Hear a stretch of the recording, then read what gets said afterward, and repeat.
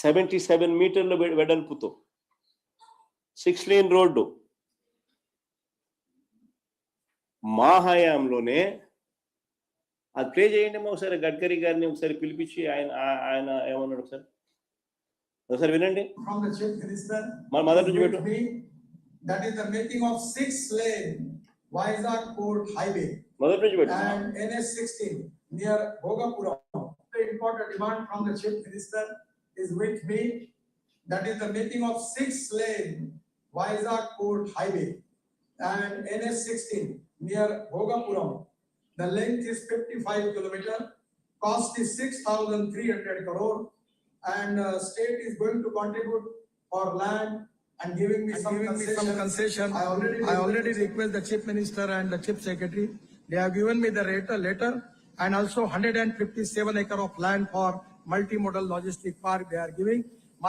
From my ministry, I am sanctioned this important project, which is very important for Andhra Pradesh and dream project of Honorable Chief Minister. Many times he requests me about this proposal. Today I am happy that we are sanctioning this project. Connectivity road కూడా కేంద్ర మంత్రి గారిని పిలిపించి ఆయన sanction చేయించి ఆ ప్రాజెక్టును కూడా ఆయనే ముఖ్యమంత్రి గారి డ్రీమ్ ప్రాజెక్ట్ అని చెబుతూ అనౌన్స్మెంట్ చేసిన దాఖలాలు.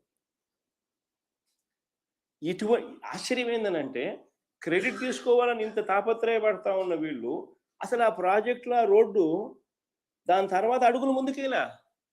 మన ప్రభుత్వం పోయిన తర్వాత ఈ 2 ఏళ్లలో వీళ్ళు వచ్చిన తర్వాత దాన్ని పర్సూ చేసుకొని అదేదో ఆ ఎయిర్పోర్ట్ అయ్యే టయానికి ఈ రోడ్డు కూడా కంప్లీట్ కావాలన్న మినిమం ధ్యాస కూడా వీళ్ళకి లేదు.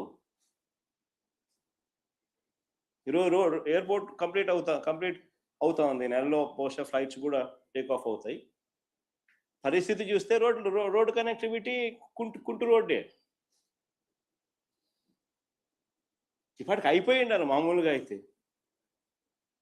ఆ స్టేజ్ నుంచి 2 సంవత్సరాల టైం ఉన్నది చంద్రబాబు నాయుడుకు. ఈ ప్రాజెక్టు ఒకవైపున చకచకా పనులు జరుగుతూ ఉన్నాయి, ఓ పక్క రోడ్డు మీద కూడా ధ్యాస పెట్టిందంటే ఇది అయిపోయే లోపల అది కూడా అయిపోయి ఉంటుంది. కనీసం ఆ పని కూడా పరిస్థితి కూడా చేయలే. కానీ చంద్రబాబు నాయుడు గారు ఏమంటాడు, క్రెడిట్ చోరీ. తాను తన సివిల్ ఏవియేషన్ మినిస్టర్ వీళ్ళ వల్లనే వచ్చింది అన్నట్టుగా బిల్డప్. అది వీళ్ళు ఏం చేసినారు? అది వీళ్ళు ఏమన్నా చేసినారా? ఒక పర్మిషన్ తెచ్చినారా? ల్యాండ్ అక్విజిషన్ చేసినారా? కనీసం జరగాల్సిన పనులన్నా చేయించినారా? కనీసము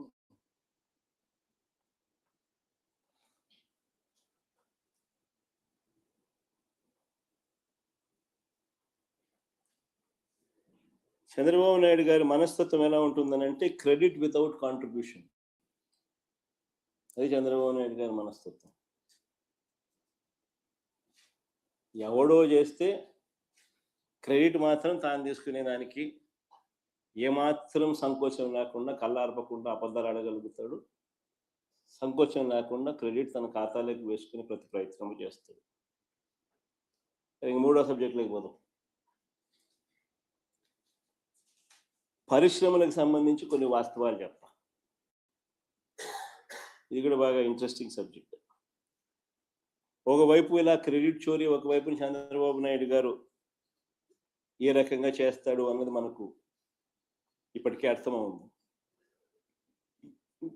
అదాని డేటా సెంటర్లో గూగుల్కి సంబంధించిన విషయం అయితేనేమి, ఎయిర్పోర్ట్ అయ్యే విషయం అయితేనేమి, ఇంకా అనేక విషయాలు ఇంకా చెప్పుకుంటూ పోతుంటే అనేక విషయాలలో ఆయన ఏ రకంగా క్రెడిట్ చోరీ చేస్తారన్నది మనకు తెలిసిన విషయం. ఇక క్రెడిట్ చోరీ అనేది ఇంకొక వైపు అడుగు ముందుకు వేస్తే, మా హయాంలో పారిశ్రామికవేత్తలకు చంద్రబాబు నాయుడు అంటా ఉన్న మాటలు, మా హయాంలో పరిశ్రమలు పారిశ్రామికవేత్తలు వెళ్ళిపోయారన్నట్టుగా చంద్రబాబు గారు నిరంతరం బురద జల్లుతూ ఓ ప్రచారం చేస్తూ ఉంటాడు. ఆయనకు సంబంధించిన ఆయన ఎల్లో మీడియా, ఈనాడు, ఒక ఆంధ్రజ్యోతి, ఒక టీవీ5. వీళ్ళకి తోడు వీళ్ళకున్న డజన్ల కొద్దీ ఒక సోషల్ మీడియాలో వీళ్ళకున్న అబద్ధాల ఫ్యాక్టరీలు.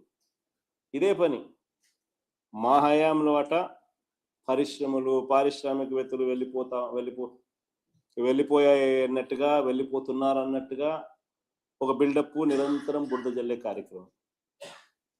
నిజంగా ఈయన తప్పుడు ప్రచారాలను బద్దలు చేస్తూ ఆర్బిఐ ఈ మధ్య కాలంలోనే డిసెంబర్ 11, 2025 ఒక నివేదిక రిలీజ్ చేసింది. నిజంగా మా దురదృష్టం ఏమిటనంటే, నిజాలు బయటికి వచ్చే లోపు చంద్రబాబు గారి అబద్ధాలు ప్రపంచాన్ని చుట్టేసి వస్తాయి. నిజాలు గడప దాటే లోపే చంద్రబాబు నాయుడు గారి అబద్ధాలు ప్రపంచాన్ని చుట్టేసుకొని వస్తాయి. అది మా దురదృష్టం. కారణం ఏంటంటే వీళ్ళకున్న ఎల్లో సామ్రాజ్యం, డజన్ల కొద్దీ వీళ్ళకున్న అబద్ధాల ఫ్యాక్టరీలు. కానీ ఈ రిపోర్ట్ ఒకసారి డిసెంబర్ 11, 2025 నాడున ఆర్బిఐ రిపోర్ట్ చూస్తే 2019 నుంచి 24 అంటే మా హయాంలో మ్యానుఫ్యాక్చరింగ్ సెక్టర్లో జీబీఏని ఒకసారి గమనిస్తే, జీబీఏ అంటే గ్రాస్ వాల్యూ